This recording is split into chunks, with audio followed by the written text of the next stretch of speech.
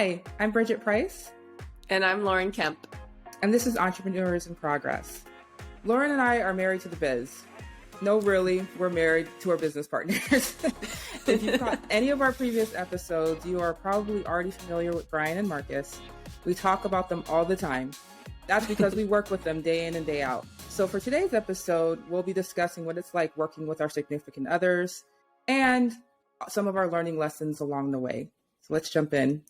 All right. So I think for maybe our first time listeners or even those who have been following us, it might help to give a little bit more background to how we ended up working with our husbands. Sure. So Lauren, I'll start with you. How long have you and Brian been together? When did you guys decide to work together? And how long have you actually been working in business together? Sure. So Brian and I have been together for 8 years. We've been married for about 3.5 of those.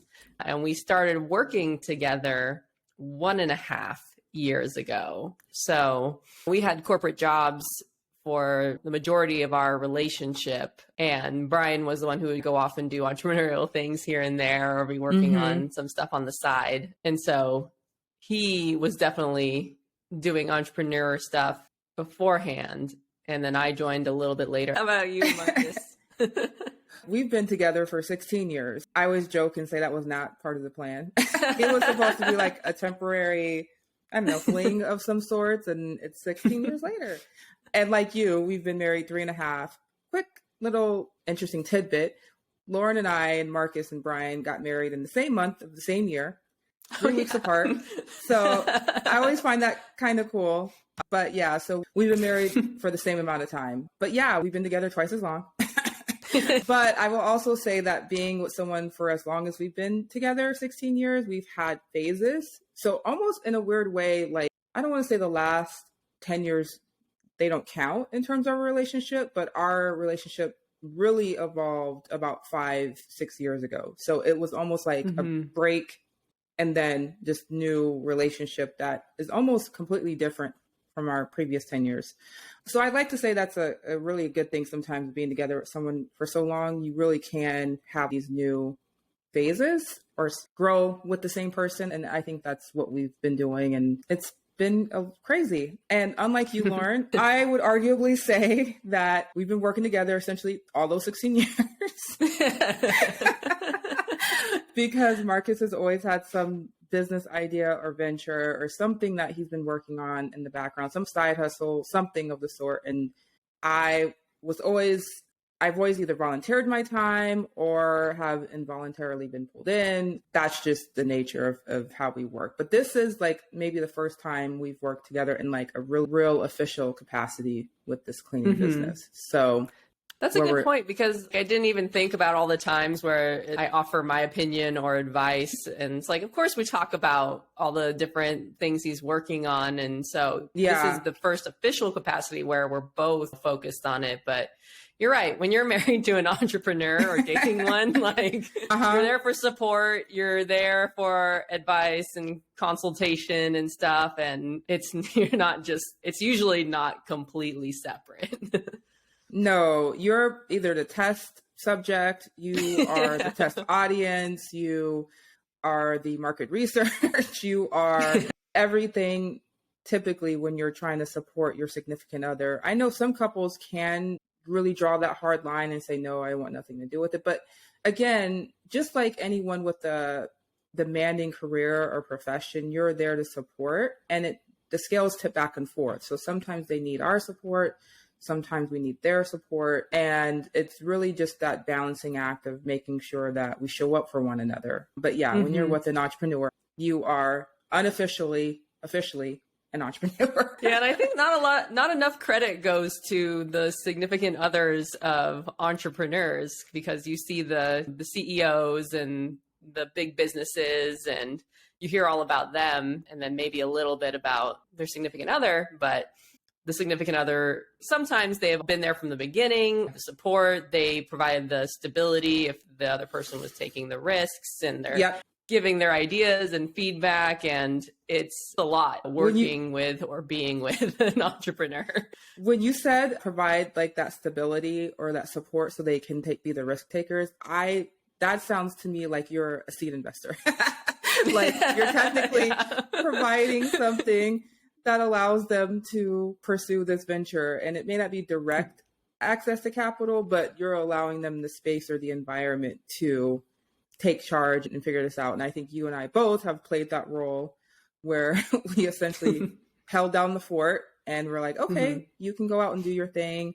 I'm with you 100%. I'm going to back you up because first and foremost, because I believe in you. And second of all, I want to see you win. But yes, I think we can put that on our resume if we ever are in the job market again. We were seed investors at one point in time. I love that you made it like we're investing in you. Like you told me we are. You told me you're future rich. So. Oh my gosh. Backstory on that. We went out to dinner one night and we were talking about, this is right, I think when Rodiv was really new. And so we were asking Lauren and Brian about how things were going, what the progress reports were, what successes they have come across already. And we started having this kind of offline conversation, Lauren and I, about like how we've just been in this for the long haul. And Lauren had made a comment about something and I saw the look on her face and it was a look I know all too well. It was like, yeah, we're forging down this path right now. I'm like, girl, trust me, I've been doing this for, at the time, 15 years. Like, well, I was saying how like Brian just keeps telling me I'm going to be future rich. We're future rich. And I'm like, I've been hearing we're future rich for quite a few years now. And you were like, I've been hearing that for over a decade. Yeah. Like, oh my God. Yes. We've been hearing the tune of future rich for quite some time. Forever. That's been like this spoken, unspoken promise. Okay, you've been there for me. We're going to be rich. I'm going to take care of you. We're going to just drive off into the sunset. Like you won't have a worry in the world, a care in the world. And I'm here sitting here a decade later, not exactly rich. And it's future. Yeah. It's happening in the future still.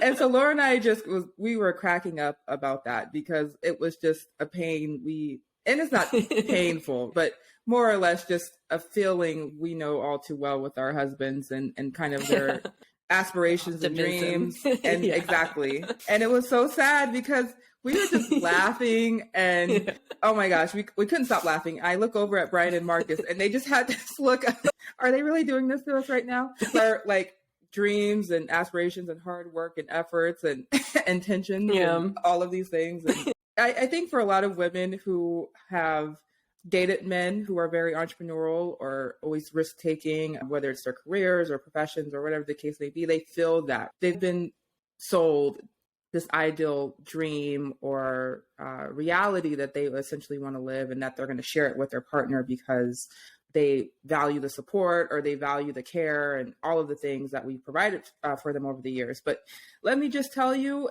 sometimes it's a long time coming. Like I mentioned, I'm over a decade in and we are doing this together now officially, and we're closer to being quote unquote rich. Of course, that conversation, I think we talked about in like season 1, maybe episode 1 or 2, our definition of rich has changed from our 20s to now. But I mean, that future rich, that is something that will stick around. We always joke that we're going to be future rich one day. What I want to convey is that significant others, I want it to be known that their support matters. Like it matters so much. And we're not starting present rich. Like we didn't just come in when they were already successful. Like a lot of times significant others are there from the beginning when they're in debt or have no money or little trying money. to get through school or absolutely. So, the idea that like significant others maybe haven't earned it or just were like lucky. They were there from the beginning. Like the amount of support, that stability, I don't know. You know what I'm trying to say? Yeah, I think you bring up a really good point. A lot of times significant others, if they're quiet or reserved or in the background, a lot of people don't recognize the support or value that they bring to their partner and their success. So sometimes it is almost as though these women or husbands popped out of nowhere. And quite honestly, they've been there from the very beginning. And I know that with or without me, Marcus would have been an entrepreneur. But I also know that he needed me. I needed him too, but he needed me slightly more. No, I say that to say, like, I know what I brought to him. I know how I supported him. I know I made conscious choices and a decision to support him and be there for him. And I think that without my contributions, we definitely would not be where we are today. That's not to take away from his success or what he's been able to do. I just know that collectively we've grown and gotten here together, and both of us was necessary in that component. And I know if I'm not humble about anything else, in the very least, I know what I've been able to bring to the table and how I've supported him.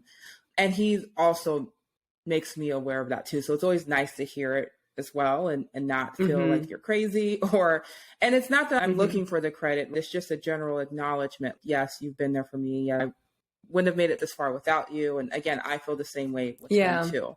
Yeah, that's similar with me and Brian. I always feel appreciated. And I think that it's like you said, Brian and Marcus were going to be entrepreneurs with or without us.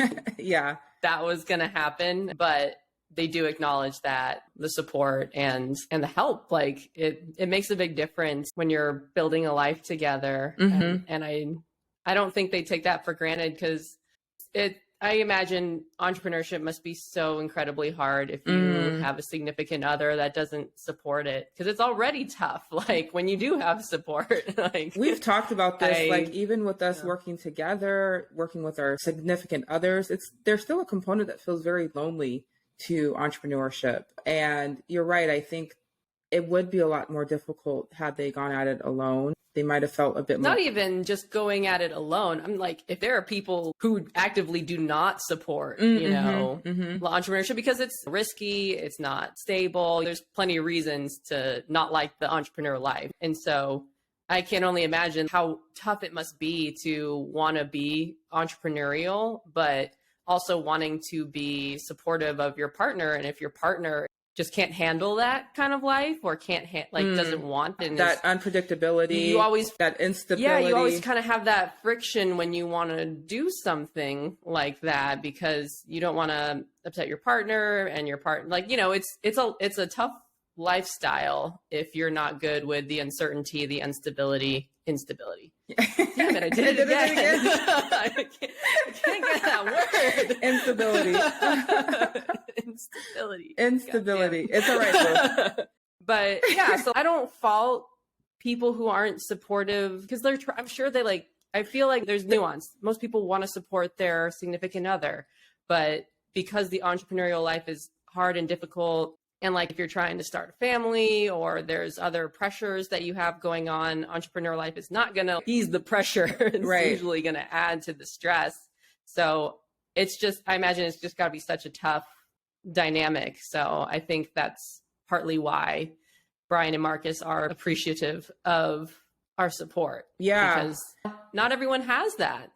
They don't. And I'll be frank, we've had some butting of the heads in this business, and we've gone back and forth. And last episode, I talked about how sometimes with decision making, because it's Marcus's business, I defer to him. If it's what you want to do, you ultimately make the final call or say so. And there was one point in time he got really frustrated when I said that. And I value your input. I don't want you to feel like you have to tap out or you don't have a say. Also, when we were at our really peak frustrations, this is when we were still both working full time and growing the business, and you're constantly feeling at odds. You're unsure if this business is going to work. You're craving the stability of full-time employment and that steady paycheck. And for us, as you and Brian, to collectively, when we're working full time, we make a really decent living. Some people would arguably say, why are you trying to be an entrepreneur? Like, you both make pretty decent money. And when I was battling that, I easily grew frustrated with business decisions and trying to figure out what the next steps were. And I was just like, okay, Marcus, like at this point, I can just completely remove myself from Made Easy. We can hire an operations manager or somebody else to come in and do what you need to do, because I just don't have the capacity. And when we had those tough conversations, that's when I learned, quite honestly, how much he actually does appreciate or value me being a part of the business versus just being a sole support system type of thing. He didn't want me to initially be a part of Made Easy. He launched it in secrecy almost because one, he didn't want me to talk him out of it because I probably would have. And then two, he didn't want me, and not talk him fully out of it, but more or less talk reason. Okay, are you sure you want to do this? Have you considered this? All of these things. Yeah. And then two, he didn't want to inundate me with another job or task or whatever. So he really didn't even want me involved in the business. But of course, when you see your partner, some of us, when we see our partners trying to get something off the ground, we can't help but rush and be by their side and help them and make sure they get from point A to point B so they can make it to point C. And that's how it eventually became integral in the company. I was just like, if we're going to do this, like, there's no more like me sidestepping or coming in when you only need me. Like, we're going to do this, like, we're partners and that type of thing. And so I think ultimately, even though he didn't want that, over time, he became relieved that was the case. And we're still learning. I think too that what's different about our situations is all four of us come from like a business background. I think that it would probably still work to separate it, especially if like your significant other, if they're in a completely different career path that's not like business focused. Right. Because I think it's easier for us to run in and jump in and help and do stuff like that. But also when you're an entrepreneur and working with or dating or married to an entrepreneur, these decisions affect the both of you. You could separate them and you could have your silos, but at the end of the day, like the success of their enterprise, their business, their hustle, whatever it is, it will impact you. Yes. And so I would prefer to make those decisions together but again, we have that business background. Yeah. Even so, I imagine you'd still want to make those decisions together because you're investing money, your own money into the business. You're investing time, like you're giving up vacations. It's a lifestyle. So you still need to make those kinds of decisions together. That's a really great point. Even if you want to remove yourself from what their day-to-day looks like or the business component or operating or helping run the business, those decisions definitely impact you and your household. If you have a family together, there are so many things to consider. Like at one point in time, we did decide to keep full-time jobs, or one of us kept a full-time job. So we had consistent health insurance, things like that, that really drive the types of decisions that we make for ourselves and as a couple. And I think that's why sometimes working with your significant others or supporting significant others who are entrepreneurs can be a little tricky and some muddled waters. And it's tough, especially when you're with someone or you've been together so long that this is kind of all you know. And I think we're human. Sometimes we desire other things, or we want to know what life would be like if we weren't constantly stressed about the same thing or trying to make it, for lack of better words. And those decisions are definitely impactful. So what are the great parts about working with Marcus? What things do we love about working with our significant others? I always tell Marcus this, and he always downplays it, but I think anyone who's spent 5 minutes with him can just immediately tap in and see how smart he is. He's so brilliant, and I just learned so much from him. So I love just learning just random facts or bits and pieces, learning his thought processes, and it really inspires me too. He has a really crazy work ethic as well, and he always has been super driven and ambitious, and that's one of the things that drew me to him. And so working with him, it elevates me. I am constantly evolving and challenging myself because I want to make sure I'm holding my weight and I'm an equal partner to him. So I love working with him in that capacity because I learned so much.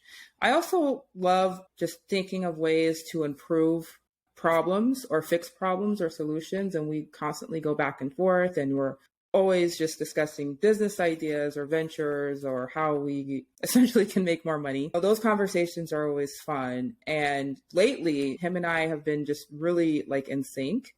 So it's just been enjoyable. And also I would add to that, we've had really tough conversations, but because we've been in sync, those conversations haven't been as tough as they probably would have been in the past. But yeah, it's really great to grow something together. So I enjoy just constantly learning from him and being pushed and challenged. So how about you? Yeah, I love working with Brian because we have this common goal. It feels like we're very much a team, and it's so much better to share success and failure, Yeah. with somebody than to go through it alone. I really like it because there's a lot of encouragement and support, ideas, inspiration. But I know I say the word team a lot, but Yeah. I really love being like a team. He's my best friend, and I know not everyone wants or can work with their significant other. And like I said, both of us have only been married for 3.5 years. So we'll see how this evolves and ages. Right. I think for me, it's about sharing the experience together. And I know I talked, like you even mentioned earlier, even though we're sharing this experience, entrepreneurship can still feel isolating and lonely, but it's a little less so being able to share it with him. Yeah, I love that. And I think that you touched on a lot of feelings I feel. Marcus is also my best friend, and that common goal and getting there together and sharing that. And like you said, the successes and the failures, because you really don't appreciate the successes without the failures. And it's nice to have a partner, and even greater sometimes to have that in your spouse to share that with. So I love that. Did you think you would always feel this way? Because I know that we've talked about you working officially in this capacity for the last 1.5 years with Brian, but just like other significant others, always still dibbling and dabbling in any of his ventures. Is this something that you were able to foresee with your relationship with Brian, that if you ever became business partners, that this would be enjoyable for you? I definitely foresee us working together on a business, just because I'd be helping with ideas and stuff and talking on things throughout the past 8 years of our relationship. And I think that he, brought out more of that entrepreneurial spirit in me. And if I have the chance to work with him or work for somebody else, I'm going to choose him. I have the ability I have the ability to choose between these two options. I'm like, here's someone I know and love, and here's some, some managers are good, some are bad. Oh, that is so sweet. I love that. Life, flexibility. So it was never a concern or issue, just because I think, as like you say, you grow together when you've been with someone for a long time. Hopefully, sometimes people grow apart. It is sad. So far, we have been able to grow and evolve together. And I think part of that helps having the same foundation, same values, and same goals. So yeah. How about you? Did you ever think you would end up working with Marcus? Yeah, I mean, in an official capacity. Yeah, it's weird. I feel like yes and no. I feel like I always knew I would be there to support him in whatever his business ventures or ideas were. We've talked about it for a couple of years, even before Made Easy, like us having something together or working on it together and that type of thing. And I feel like I've always been there, just unofficially. This is the first time where we're on the business together and that type of thing. But I've always contributed ideas. I've always provided some type of tangible support, right? I was doing something, I was helping create something, I was facilitating something, whatever the case may be. But yeah, I think I always did. And it was for a lot of the same reasons you mentioned with Brian. And there was a part of me that I feel like as we evolved into a more of a mature adult relationship, like we kind of left the college stuff behind us type of mentality and lifestyle. And as we became more set into adulthood, I wanted to separate sometimes our working lives, because I wanted more time for us to be like independent, and I didn't want us to be so codependent. And so there was a time where I really wanted us to just lead separate career lives, whatever that might look like. But it's hard because Marcus, from way beginning in our relationship, has also instilled that entrepreneurial spirit that I didn't know I had in me. And so even if I wanted to turn it off, it's really hard to turn it off now. It's just kind of part of who I am. And I do think that eventually we would have ended up working on something together. And it's so funny because I don't think we could have been as successful working together in this official capacity, if that makes sense, 10 years ago. We just didn't have the wherewithal. We didn't have all of the knowledge that we have now to be able to do that together. Sure. And I think that segues nicely into, we've talked about all the rosy and wonderful and fluffy, fuzzy feelings working with our husbands. But obviously, it's not all great all the time. And in an effort to be transparent, I want to talk about some of the learning lessons and struggles that we've had working with our significant others. So can you recall some examples or learning lessons of how you and Marcus have had to work through some tougher parts? Yeah. Oh man. So yeah, we have to keep it real here. That's the whole point of our podcast. The biggest issue with me and Marcus and our working styles is quite honestly just communication. And the reason for that is not because either one of us are necessarily poor communicators. I feel like we both can improve in our communication styles with each other, but it's because we're married. Like at the end of the day, like we have to go to bed together and we have to wake up together, and we have to also pursue our personal relationships outside of the professional. And so that can hinder our business communication, because we talked about this in a customer service episode. Sometimes we've been able to disassociate and not take that shit personally. But when it's him and I, and we're talking to each other, it's hard not to take what the other says personally. Again, we care about what we think about each other. We care about what the other thinks of us. And you're not going to talk to him like a colleague, like you would in a professional work setting. Like, I'm not going to lie. I haven't talked to Brian as if he was my boss, or even if we were peers.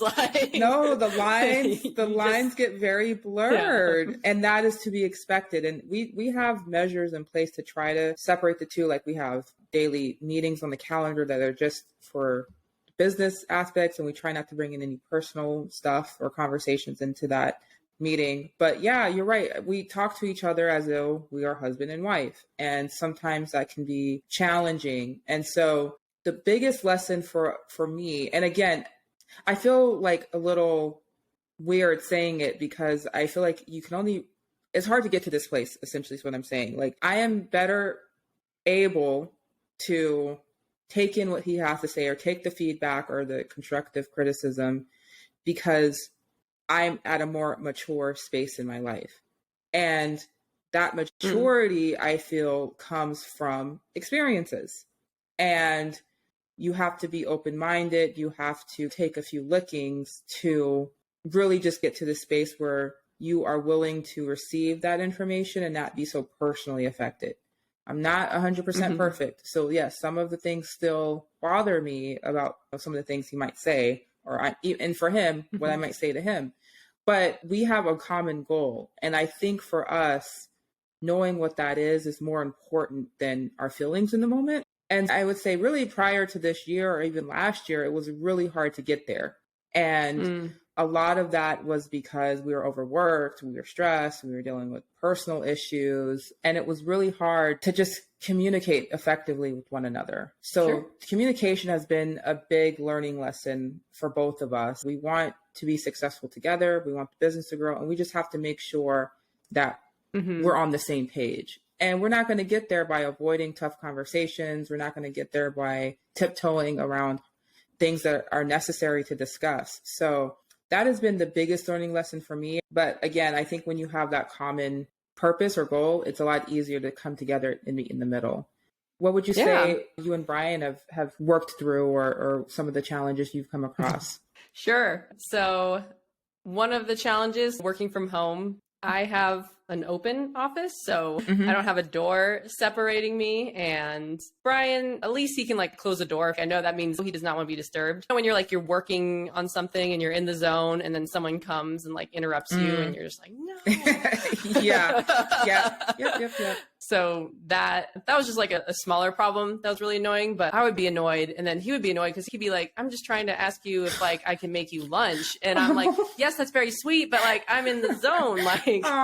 Yeah. I'm like, yeah. So the way we solve that is I say red light. So I like that. If he tries to approach me and I'm I want to be left alone, the really nice, polite way for me to say fuck off is red light. Aw, I like that. And he gets it too, because he knows that same feeling. If you're working on one of those emails that takes you like 20 minutes to draft and you get interrupted, that sucks. So he gets it. And that's like our polite way of saying, leave me the fuck alone. Yeah. Yes. Other things that we've learned, I think empathy was more learning that came from experience. So like when I was working on Cozy Cactus, there were times where I felt like, he's like, oh, just launch it. Like, it's totally fine. It's easy. You got to do it. And then you feel like the weight of the business on your shoulders and all that. And so then when he started Rotive, I was just like, go ahead, just tell the world, like, it's easy. Right, like, right. know, it's fine. And we both have a deeper appreciation for what the weight is of being the person in charge of the business. Because it's different. Like, Brian has a lot more pressure on him to make Rotive successful. And I had a lot more pressure on me when I was working on Cozy Cactus. So both of us understanding that there is a significant difference between being the one in charge, and even though we're equals and we're both working on it together, it's still like his thing. It still defers to him, and it's just a different level of stress and responsibility. Did he communicate that stress to you, or how did you pick up on that stress? Or is it just something that you knew from your experience with Cozy Cactus, or just even knowing your husband?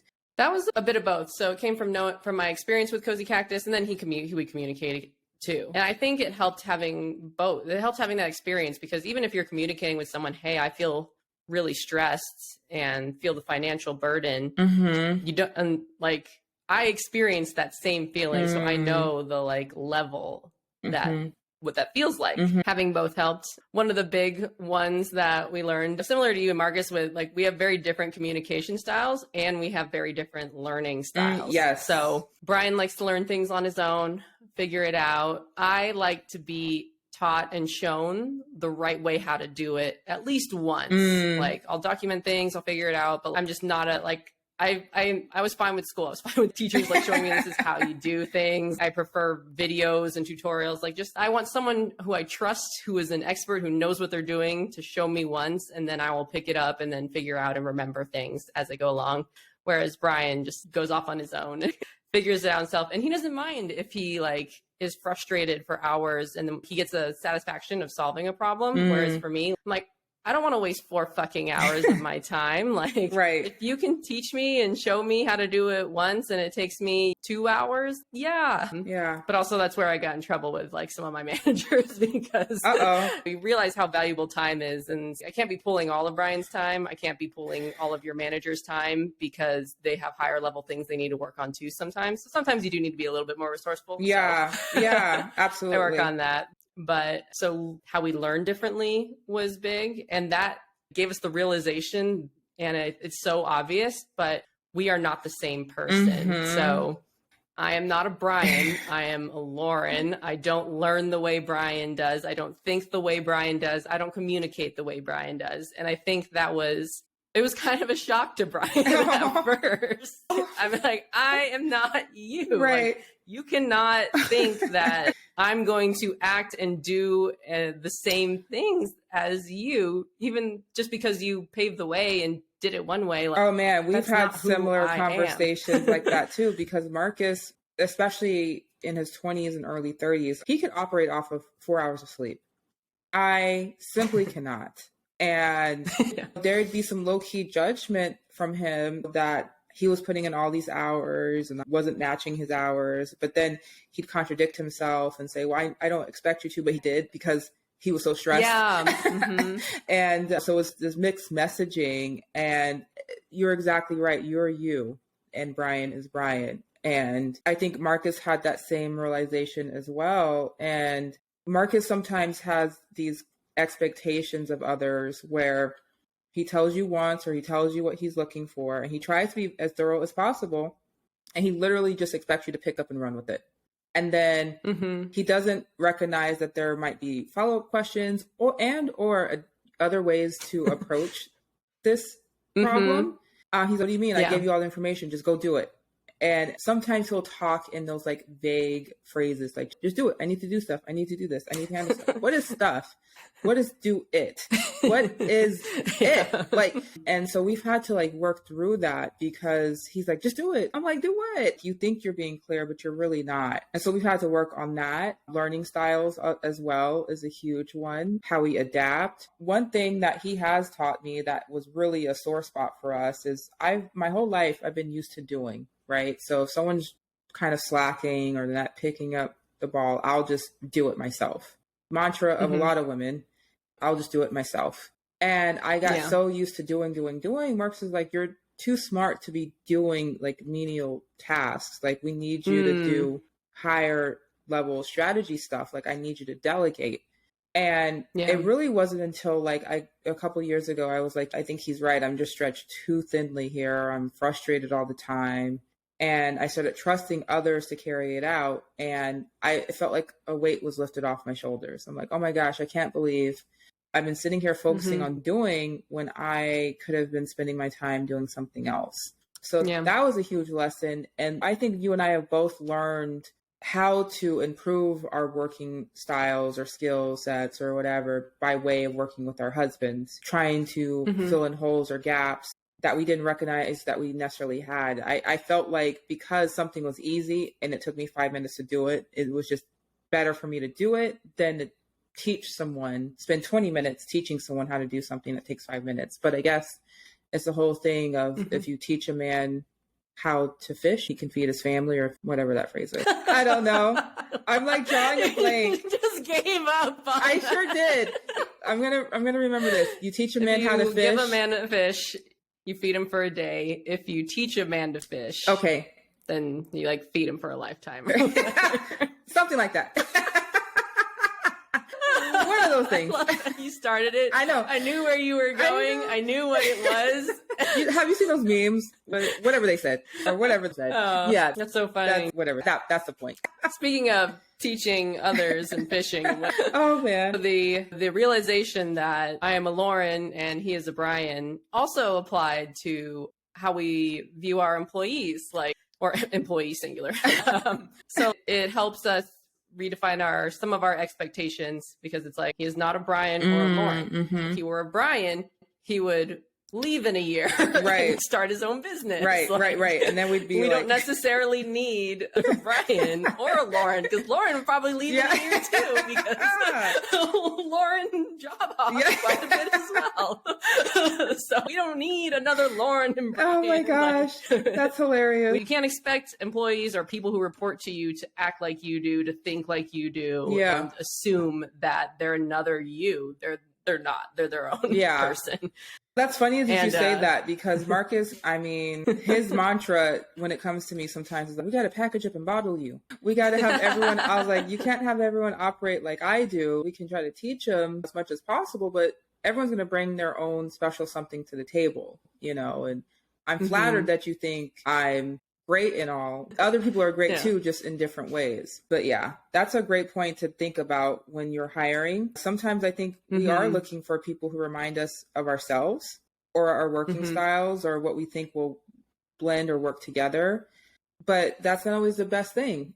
Yeah. And I will say the last big learning lesson that, not big, but one important learning lesson. Brian makes fun of us for saying learning lesson because he feels it's redundant. Because the lesson, I never thought about that. It is redundant. I never thought about it either, and now that I say it, he's there. I know. My brain. Working with significant others. Let's say lessons, because I think it is redundant. I never thought about it, but thanks, Brian, for giving us another piece of information that is, or I don't know, maybe is slightly useful. And scene. All right, let me start over. Okay. One more thing that I wanted to talk about that we learned from working together is that your partner can't be everything. They are their own person. You can't expect them to fulfill every need. So, for example, Brian and I communicate differently, and we think differently too. I usually think about what is the practical application of things. Brian loves thinking about higher level philosophy ideas, and he's a little bit more cerebral. I feel like I'm a little more down to earth. Well, he's an artist, so that explains he that. is. He is the muse. Yeah. He's gonna hate me. No, he's rolling his eyes though.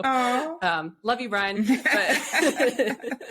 So when we communicate, Brian will like to, I think I mentioned this before, talk through an idea as like his stream of consciousness is happening. And that drives me insane. Like, I hate doing that. I hate that kind of brainstorming. I would rather think through it a little bit more and at least present something that's somewhat baked, a somewhat baked idea that then we can then move on from and think about. And I hate doing like improv on the fly thinking, but that's how Brian likes to work through ideas or issues and stuff. And he likes to, like I said, he likes to think about philosophy or like the bigger picture. Right. And I'm like, how does this impact our business? What is this? How are we going to use this idea and to actually like make a change in our business or do anything with it? And sometimes they'll be like, oh, just wanted to think about it and keep it in our back pocket. And I'm just like, why are we talking about this? So that was definitely a point of contention for us. Like, I had to tell Brian, I'm like, I am sorry. I am not going to be that person who can sit there and talk about ideas like this with you. I hate doing it. Like, I can't be that person for you. I can't fulfill every single need. I feel like I'm wasting my time. I feel like I get frustrated. And like I said, I would like when we communicate, Brian's a talker. I'm a writer. I would prefer to write things down, think it out. Like, that is my preferred communication style. Yeah. So I think that realization helped both of us as well. And it's something that we know, but then I was able to be like, hey, like, here is a need that I can't fulfill for you. Right. And you know what? That's okay. Right. Because you can't be everything to your partner. I'm like, hey, you have your brother, Jim. I'm sure he would love to talk about all of this with you. Find somebody else who can fulfill that need. It doesn't have to all be from me. Yeah. And vice versa. I don't expect him to be everything and fulfill every need for me as well, because we're two different people. It sounds like you're essentially creating boundaries within this working relationship. And expectation setting too. Yeah. I think. Being very clear. Yeah. No, they're still different. You're saying what you will and won't do, but what you will also do and how you can support. So they're very similar, but two different things. I think that's important because, again, if you don't do that, the lines are easily blurred. And sometimes he could be coming out of his cerebral stream of consciousness because he's also talking to you as his wife. And he is wanting just to glean some of your opinion or insights. And those lines are easily blurred. But it's great that you've just told him what you can or can't do, because he might hate biting his tongue, but then maybe he can call Jim real quick and run something past him. But yes, we cannot be everything to each other at all. And that's okay. Yes. Codependency is not ideal. We unfortunately have lived that type of relationship, and I don't recommend it. And so we work really hard at trying to maintain our independence. Again, we are more aware now than we were 10 years ago, but it's tough because Lauren and I talked about this early this year, I think. Unlike a lot of couples in the pandemic, we enjoyed being with our husbands. We felt very lucky in that regard. Marcus was not getting on my nerves. We were having a lot of fun, and I recognize that is something special. And I think the way in order to maintain that is to make sure you have boundaries put in place and both of you respect what that is and just being honest with one another. Yeah. Yeah. So I want to get more, of course, I want to get more into the details and nitty gritty. How do you actually resolve conflict when you guys disagree on something? Man, I've come such a long way. Before we were really in business together officially, and when we were just like boyfriend and girlfriend, if I got upset, like I went silent. I would shut down, give the silent treatment, and I would do that in hopes of avoiding like escalation. Marcus at the time needed resolution. Like he wanted things to be resolved. And I think a lot of couples go through that. One person would prefer to just sit with their feelings and then discuss it later. The other person needs to discuss it now. And so for me, with regard to conflict in business, I still need that minute, more or less, because I feel like I owe it to you as your business partner to think on something and fully process it versus immediately giving you an answer.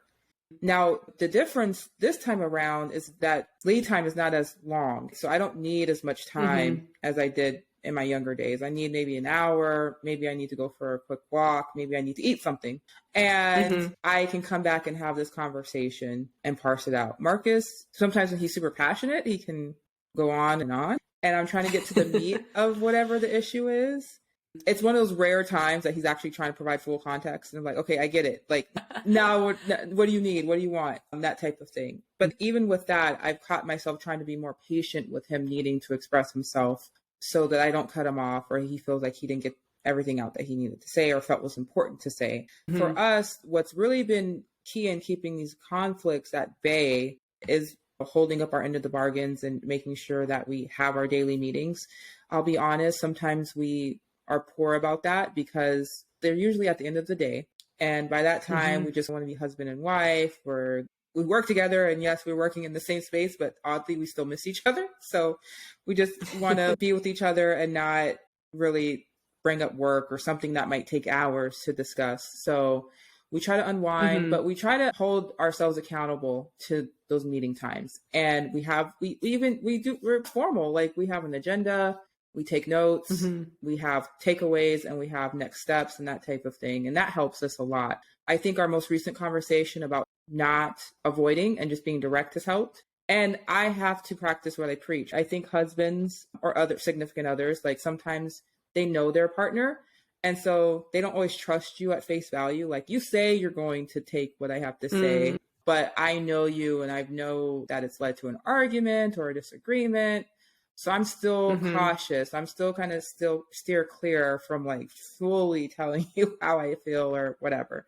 But you have to swallow that pill, and you have to show you, and actions speak louder than words. So you have to continuously encourage, and then when they actually do express themselves, you have to make sure you operate or act differently than you have in the past, because that's how you build that trust. And so for us, it's really just trying to hold ourselves accountable and holding one another accountable. And I think there's different ways that couples do that or tools. And for us, it's our meeting time and just making sure we designate the time to talk. Okay. Yeah. Nice. Yeah. I guess for our listeners, Lauren, and for this question that you asked, how would you define conflict? Is it traditional conflict? Does the conflict look different since we're married? I guess it's more like disagreements. I guess that's how I was thinking of the word conflict here. Like when you guys are making a decision, but you guys don't agree on how to take action, whether it be strategy or whatnot. Like you have to make a decision in the business, but you guys don't agree. And also, I guess, like how do you handle arguments in general? So that's what I meant by how do we resolve conflict. Okay. So I think when we're talking about just disagreement, I think we've mentioned before, we defer to Brian and Marcus because these enterprises are their babies. It's like their brainchild. It's our thing, but it's also, their brainchild, their brand, their company. So Brian will get the final say when it comes to disagreements. But if there is something that I feel very strong about, he takes that opinion and gives it way more weight. If there's a disagreement, but I feel super strongly about it and he doesn't feel quite as strong, then he's more open to going with what I want to do because I feel so strongly about it. So one of the questions we'll say is this the hill you want to die on? Like, how important is this to you? So that's like our kind way of saying, is this really that important? Yeah. And sometimes I'm going to be like, no, this isn't the hill that I want to die on. Or sometimes I'll be like, yes, I'm dying on this hill. This is important. So I think it helps gauge that. And then I think, as you mentioned before, it's understanding your conflict styles, your argument styles.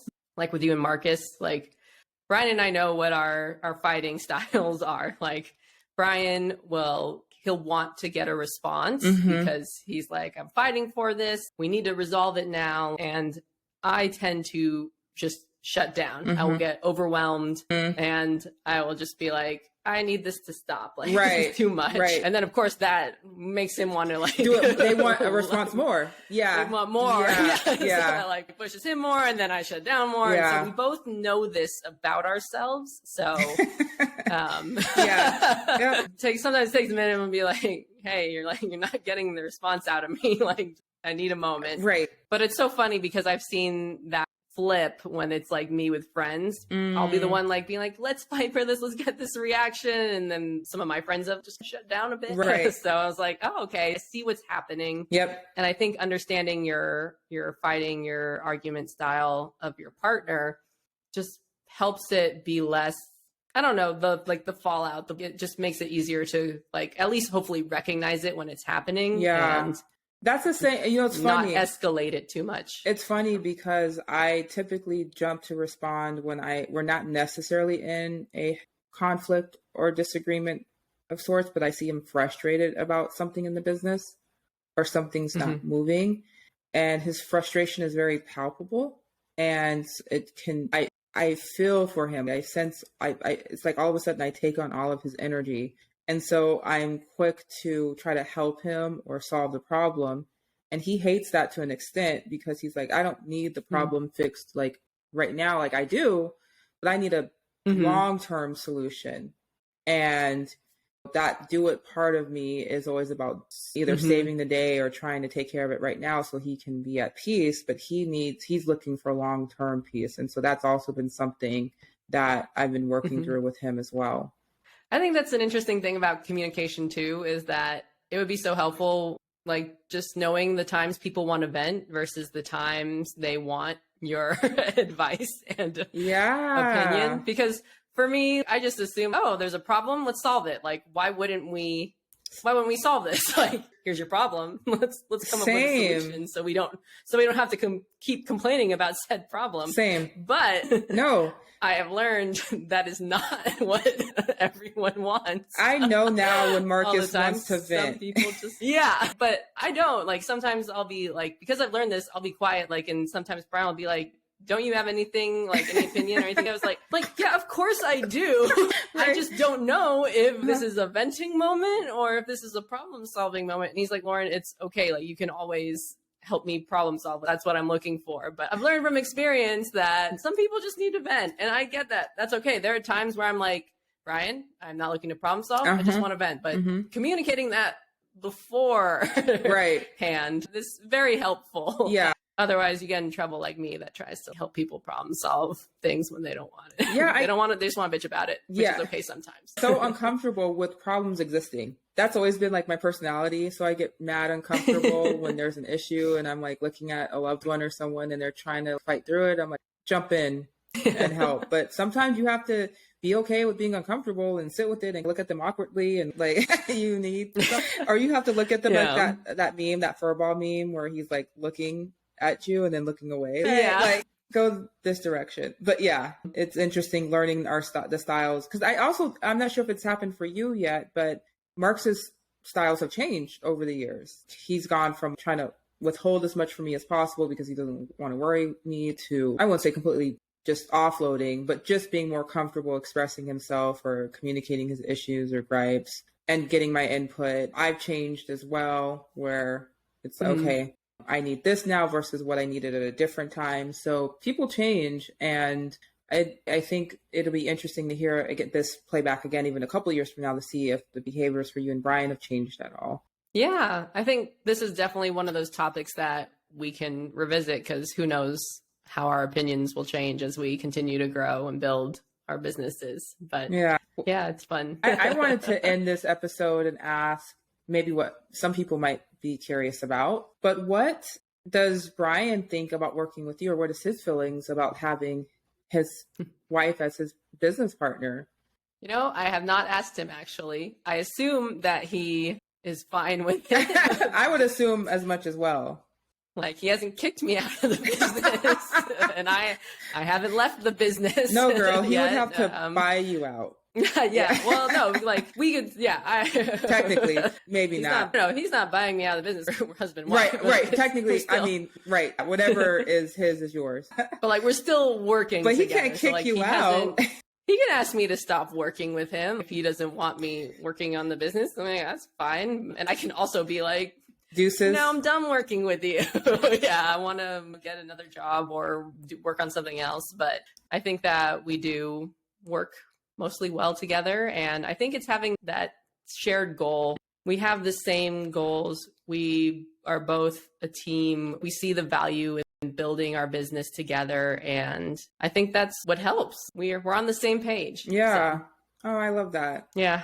But we'll have to have them on at some I know. point. I know a lot of people would love to hear them and their ideas and them steamroll us maybe even for an episode or No. two. I don't think they would. Listen, we joke about this, guys, but they've served as our technology grips, our production grips here.